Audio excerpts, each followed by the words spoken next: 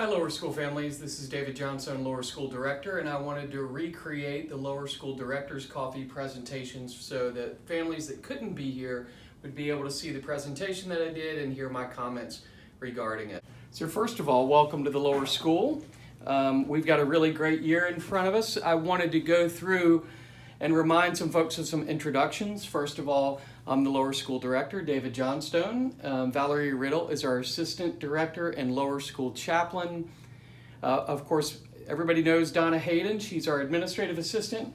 And we've added this year Tammy Watson, who is our receptionist up in the Lower School Commons.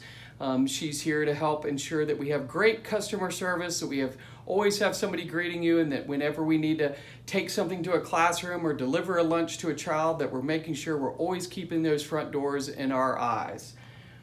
And then of course, Elaine Parker, if your child is sick or takes medication, Elaine is the person who takes care of you. The health room is in the office of the lower school. A little bit that we started off with as a faculty is really curiosity. We've got a lot of things going on at Christ Church this year. We're in sort of a year of transition. First of all, Dr. Cooper Smith is retiring. He is living his best life every day, leading us all the way through this school year. His tenure will end at the end of June, and then David Padilla will be our new headmaster starting July 1st. He's making periodic visits to campus to familiarize himself with the school and get ready for a running start when he comes on July 1st of 2020. And of course, we've got lots of new faculty on staff. That was sent out an email during the summer. They're acclimating really well. We're really excited to have them, and they're already contributing to the community. There's also been some changes to the building and the facility. As you know, you've seen the security gates and the barcodes on the cars. We've added a receptionist desk in the lower school commons. The softball field out in the playground has been bulldozed, and now we have a nice lush green field that's a practice field for soccer and lacrosse, but it's also a lower school playground. It's got a sprinkler system in it and everything. It's fantastic. And then we're continually working on the strategic plan. If you weren't familiar with the strategic plan, there are 8 goal areas, and you can go on our website and look at the 8 specific goal areas. We are going to be working on focusing the lower school on a couple of areas. One is we're working on a Christ Church writing program, really improving our writing from top to bottom. It's based on a philosophy based on a writing teacher named Lucy Calkins. We've done some training through her and her program, and then of course we're customizing that to Christ Church. We are also an International Baccalaureate Primary Years Program school, so what you're seeing is our continued development in this area. Last year we had our reauthorization visit. We had some great commendations. We also had some recommendations, and we're going to continue to build on those recommendations, strengthen our commendations, and really this year we're working on one of the transdisciplinary units across all the grade levels called How the World Works. We're using that to sort of do each year a different thematic unit that we're going to go back and rebuild and really make sure it's the best it can be. And of course, goal 2 is really growth mindset. If you look at goal 2 in the strategic plan, you'll see a set of principles called the Cavalier mindset. And so what we're doing is taking that Cavalier mindset and saying, what does that look like for a lower school student? What is the lived experience for your child as they go through here? Are they seeing themselves as a work in progress and just constantly striving to be the best person they can be?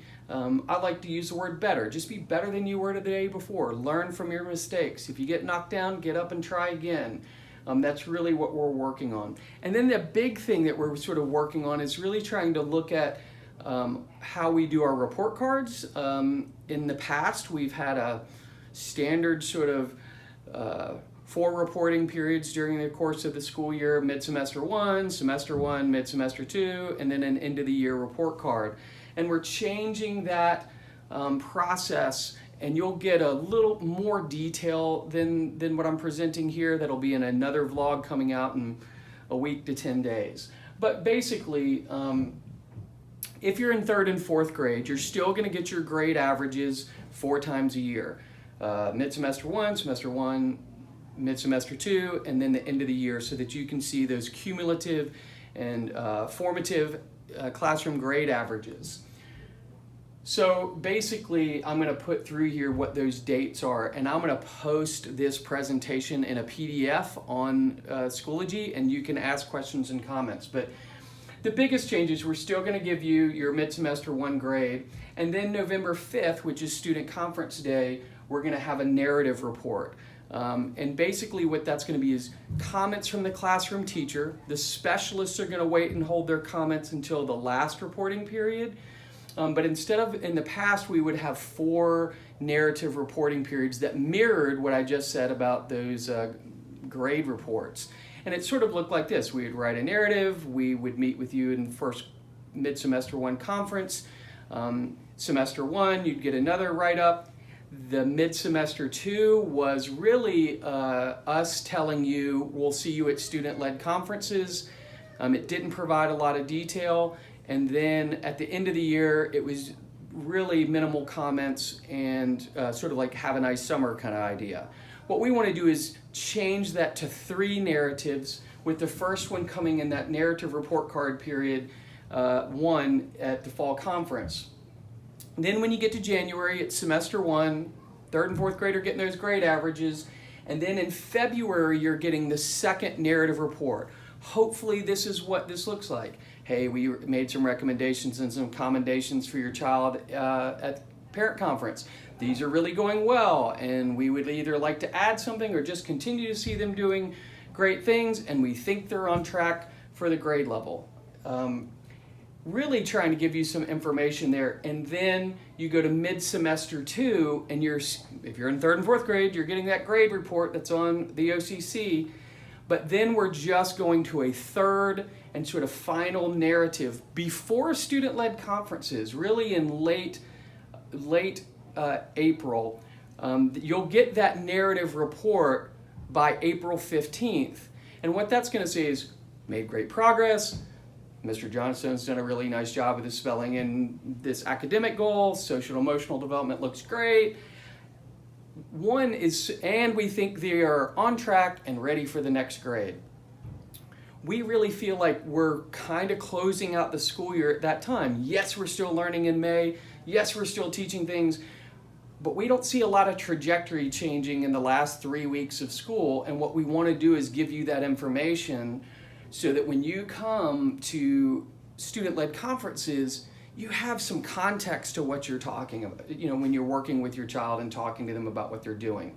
So that student-led conference is April 22nd. It's the same time as book fair. Come and learn about your child, buy some books. And then the final report is really just that grade report for 3rd and 4th grade. And hopefully what we're going to do is get more personalized narratives for your child. That last student-led conference, that April 15th narrative, is going to have all of the specialists will say how they did in PE and art and Spanish and all the things that they learned. It'll be really sort of a comprehensive report. Then the last thing is some director's tips. 1, come to the events, be part of the community. It's what's really special about Christ Church. So go on field trips, come to Blessing of the Animals, come hang out at Cavalier Corner and have a cup of coffee.